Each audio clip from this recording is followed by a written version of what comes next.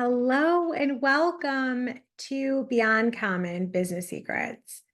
I am your host, Tracy Wats Serino, and we are diving in to moving beyond the chart, practical human design applications for success. So many people have been reaching out about human design, and everyone's like, okay, so I have my chart, now what? So if you are just joining us, I want to welcome you into our Beyond Common Business Secrets community. If you've been with us a while, thanks for being here. Congratulations that you're here every week learning so much of the amazing content that we love to share with you. So as I said, I'm your host, Tracy Wats Serino, and I am an award-winning business owner, podcast host, 5-time international bestselling author, and the creator of the Beyond Common Method and the CEO Power Code. And what we really are going to dive deep into today is the question that so many of you have asked. It's been on so many people's mind is, okay, now I have my human design chart, but what do I actually do with it? How is this actually something I can use to improve both my life and business? So stay tuned to explore practical ways to apply your human design to everyday life and business. So in the first segment, I want to talk to you about understanding the basics of your human design. So before we get into the practical applications, let's just quickly recap what human design is.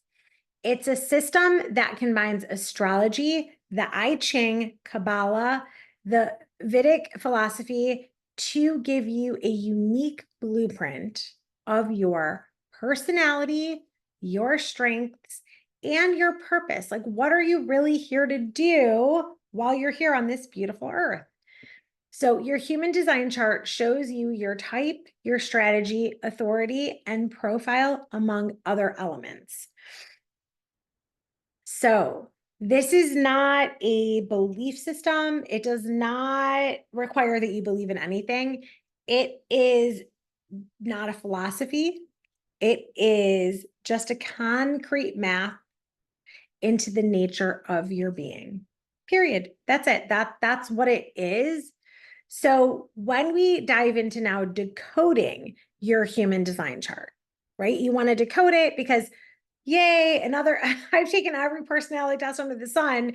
I understand that my astrology, I'm a Pisces, sun sign with the Leo rising and a Taurus moon. Like, I get it. Like, what now what? Right? So where are we? So when we dive into decoding your human design chart, to effectively use your human, you need to understand its component. So the key elements in your chart. So if you are sitting down watching this video or listening, where you can pull out your chart, pull out your chart.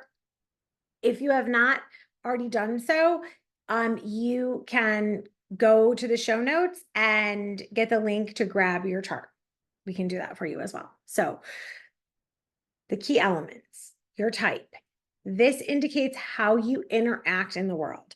So your unique energy type is how you show up in the world, how you interact with things in the world. It is unique to you. Your strategy. This is your approach to making things happen. So your strategy is going to be a lot about how you make decisions and how you move into action. Your authority. This is going to guide your decision-making process. Your profile, that is the top where it has the numbers, your profile. Like, I'm a 6'2". The profile is your profile highlights your life theme and your role in society. So I'm a 6'2", and according to a 6'2", I am a person that is an authority. So people like to learn from me, but I also need lots of time to retreat and lots of time alone. So it's both. It's like according to the 6'2" profile, I need other people to point out my unique genius and sort of almost like beg me to come out into the world and share it. And that's what happens. I actually have so many friends that have been really asking me for the past year to share my unique take on human design and how I apply it. So that is why I'm literally creating these series of podcasts, because it has been asked of me. I didn't know that I knew anything different than anyone else, but according to lots of my friends and clients, I have a very unique take on human design. So that is why I'm sharing it with you. So interesting. I didn't even realize that is what, like when I'm reading this profile, I'm like, that makes sense of why we're even doing this right now. So you want to learn your type, your strategy, authority, and profile. That's it. Keep it simple. Don't get overwhelmed by all the excess, the extras going on in the chart. Keep it simple when you're just starting to decode your human design chart. Your type, your strategy, your authority, your profile. Okay. Then as you start working with these, the practical applications into your daily life. Okay, let's talk about how you can use your human design in your daily life, because it's like, okay, great. Great, Tracy. I know my type. I have my strategy. I know my authority and my profile lines. What do I do with these? Right? Like you might be asking, like, what do I do with these? That's what I felt when I was first diving into this. Okay. So if you're a manifestor, you're going to initiate and inform. Now, here's an area where I think a lot of the human design books don't exactly get this exactly right. So as a manifestor, you're here to initiate. That is your strategy. Your actual type as a manifestor is that you initiate the world that way, but it's also like that is what you do. You are here to initiate. Your strategy is not a natural strategy. Every human design book says to inform. This is actually just a way to help lighten the load, right? So you're just not shocking people, but it is not natural for manifestors to inform. So you have to work at this, and you don't have to inform everybody. But one of the best ways that really started changing the game for me was when I started informing the universe. Like I would say out loud, oh, I want a parking spot. Oh, I would love $100,000. Oh, I would love that a new speaking contract. Oh, I would love to have a best-selling book. Oh, like I just casually say out loud all day. And I got over, if my family thinks I'm crazy, if where I'm working thinks I'm crazy, I had to get over caring if people think I'm crazy, because it works for me to inform the universe. Like, here's my plan. What are you going to do to bring it to me? Right. So informing, you don't have to inform everybody about your every detail, but the more you inform, the more people will know what's going on with you. So that it clears the way for you to do what you're really here to do, which is initiate. That is your actual thing you're here to do. So when you start projects that align with your passion and you let others know your plans, they will come be a part of the party, right? So start your projects, start lots of projects. It's okay. Even if you don't finish them, you don't have to finish anything unless you want to, right? So start projects, but share these fun projects that align with your passion, your heart, all the things that you want to do, they align. Just let other people know. Then we're going to move on to, so generators and manifesting generators, you respond to what excites you. So say there's like a manifestor that's like telling you, initiating you, like, hey, this, and you don't like it. So then you just kind of like, you don't even realize it's happening. Maybe you like kind of ignore them, and not intentionally, but like it just didn't align with you. So you want to respond to what excites you. Focus on activities that bring you joy and satisfaction. Like if your boss dumps like 12 things at you, pick the ones that excite you. And then maybe that's only 3 or 4. They'll take the other 6 and share them with someone else in your office that those 6 things excite them. So don't just think because someone's saying, hey, these 10 things need to be done, that it all has to be you, right? Like pick the ones that excite you. Focus on activities that bring you joy and satisfaction. Now, I know in business, there's a lot of parts of our business that we don't love. But I strongly encourage you, whether you are in business for yourself or you want to be someday and you're in business for someone else now, make a list of all the things you really love to do in your business and all the things you don't, and really start delegating from the don't list. Yeah. And that will create even more of this positive vibe that you're operating at. That's going to get you more joy and satisfaction. Yes. So then projectors. Projectors, to practically apply this into your life, you want to wait for invitations.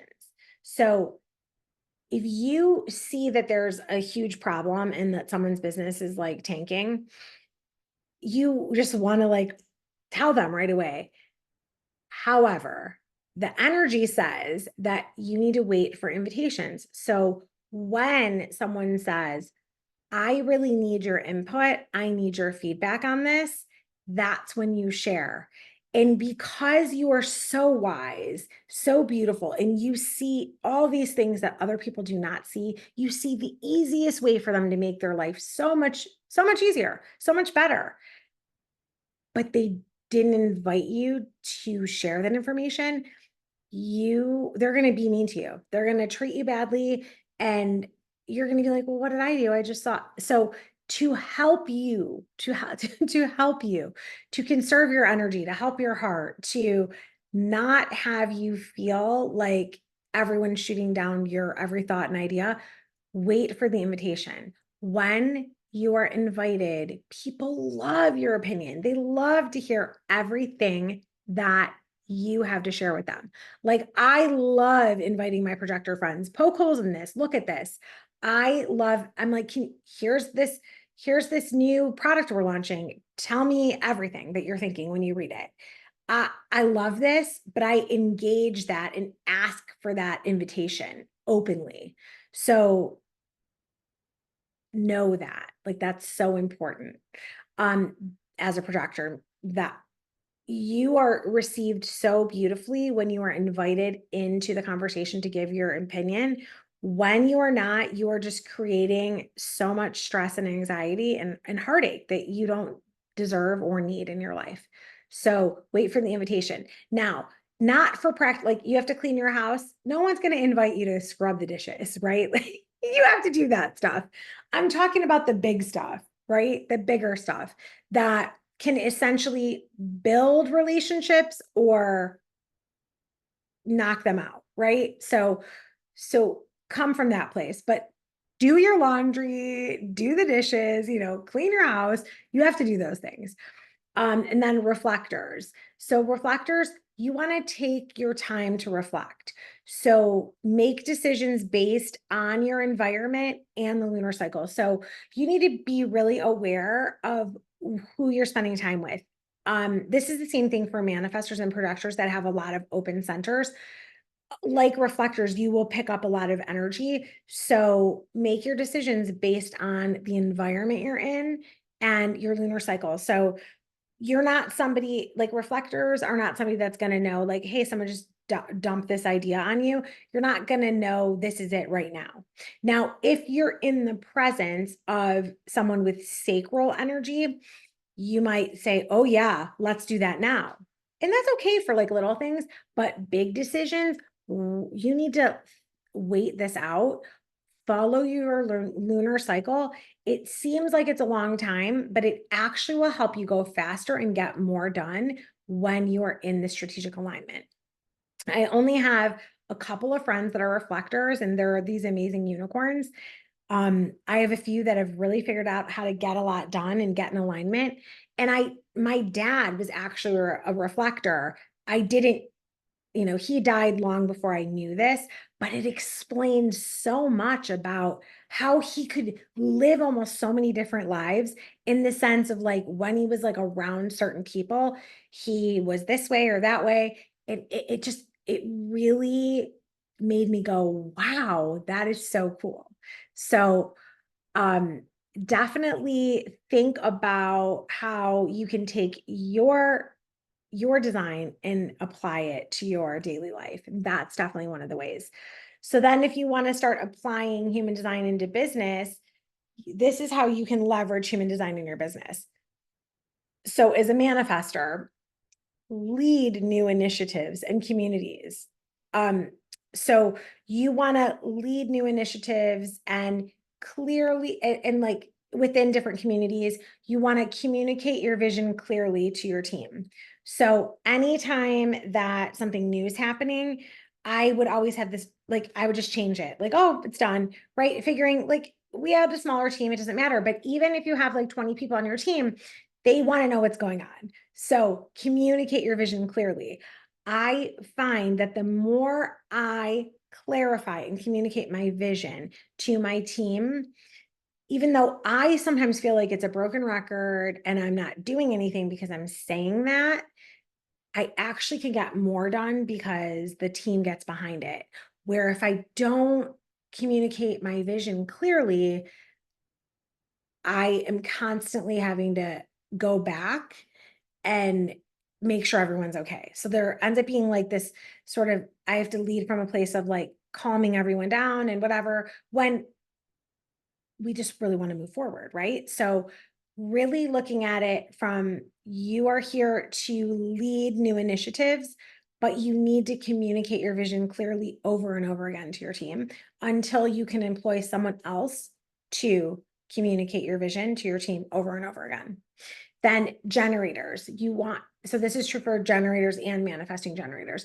So engage in work that energizes you and respond to opportunities that resonate with you. So you don't have to go initiate things. You need to wait for it to come to you to respond. This is almost why, if you look at like all the social media and everything that's going on, it is a generator type of world. You will find certain energy types thrive on that. Like you like to respond. I, as a manifestor, find it absolutely exhausting. So I have to train people a lot on how I will respond. That's what's in alignment for me. But as our business grows bigger and, more, I have to put people on my team that can respond to all of that stuff, because the majority of people on the planet are generators and manifesting generators, and they respond. And so you almost are expecting that from everyone else. But then also, I a lot of the generators and manifesting generators that I talk to that are completely burnt out are because they are trying to initiate all the time instead of taking a breath and understanding that they get to wait for it to come to them and then just respond. So it's so funny. Like, I'm always like, I need more generators and manifesting generators by me, because I love to initiate, and then I will get stuck having to respond and follow through on stuff. Where if I had more of the generators around me that responded to my initiation, and they were like, yes, that's part of their vision too, we would like create so many amazing things to help the world and the greater good of all. So that's where it gets really exciting. When you get really clear on who you are, this is how you show up in your business, and then you start attracting the other people that you need. So first and foremost, for generators and manifesting generators, engage in work that energizes you and respond to opportunities that resonate with you. Now, if you're already in a job that you're like, okay, I can't just go pick something I love, find the things within the job that you have or the business that you have that energize you, and do more of those. And then respond to the opportunities that resonate with you within your job. So if people are asking you to do a bunch of stuff that isn't resonating with you, that's not the thing that you put in extra on, right? That's not it. So it's okay to let that one slide and then respond to the opportunities that resonate with you.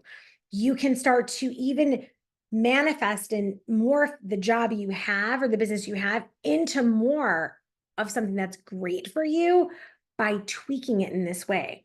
And that is a beautiful thing about that enveloping aura of generators and manifesting generators. I get really excited about it.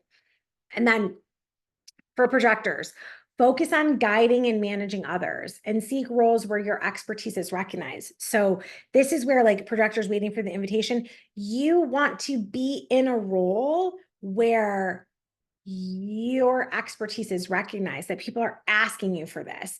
Like, this is why I'm excited to always collaborate and be in business partnership with projectors, because I love them guiding the project. And I love the way that they lead. It's so beautiful. And it really, really aligns with my energy that I'm freed up to go be the spark of inspiration, and they sort of manage those details.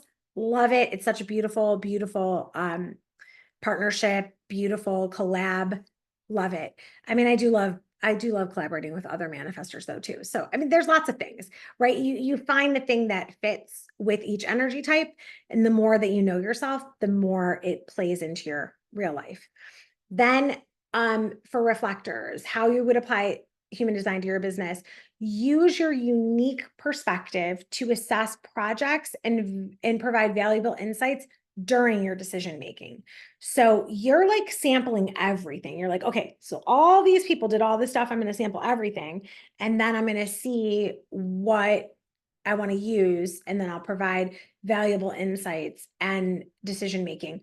And it's almost like you also reflect things back to people. So this is a really beautiful thing that you can do, like, especially if you are in a leadership role, you can reflect this back to your team after, because you just sample everything, that you're like the sampler. So if anybody has ever said to you, like, well, you're doing so many things, thank you, is a great response. Thank you for noticing, because that's exactly what I'm supposed to be doing. It's the same thing in a way for manifestors too. Like, I'm supposed to start a lot of stuff. So it's really interesting. Things that I used to feel ashamed of or apologize for, I now am like, thank you. I'm doing exactly what I'm supposed to do. And I hope that there's a lot of reflectors out there listening to this, and they get that same thing, as well as projectors. You know, it's just, it's a beautiful thing when you can really step into your own energetic power and just be at peace with the alignment, and love how it feels in your heart.